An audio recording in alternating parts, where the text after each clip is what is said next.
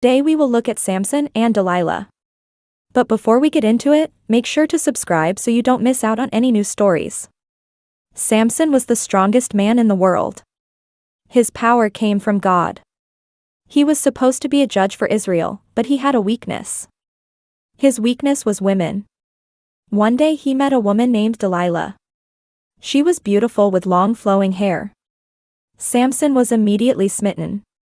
He wanted to marry her, but Delilah had a secret. She wasn't really who she seemed to be.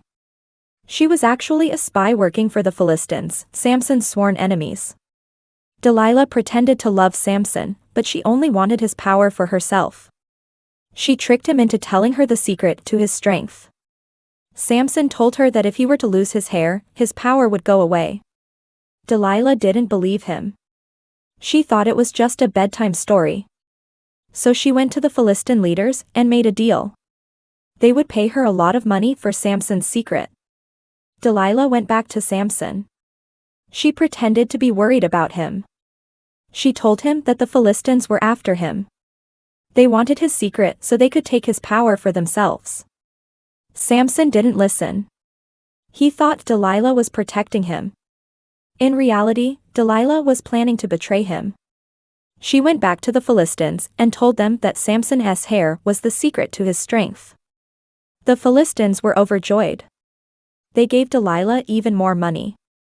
She went back to Samson and told him that she loved him too much to let the Philistines hurt him. She begged him to tell her the secret to his strength. Samson finally agreed. He told Delilah that if she cut off his hair, he would lose all his power. But Delilah didn't care. She had the Philistines close by. She called them over and told them that Samson had just confessed everything. The Philistines were so grateful to Delilah. They made her their leader. As for Samson, they put him in prison. Samson was heartbroken. He had lost everything.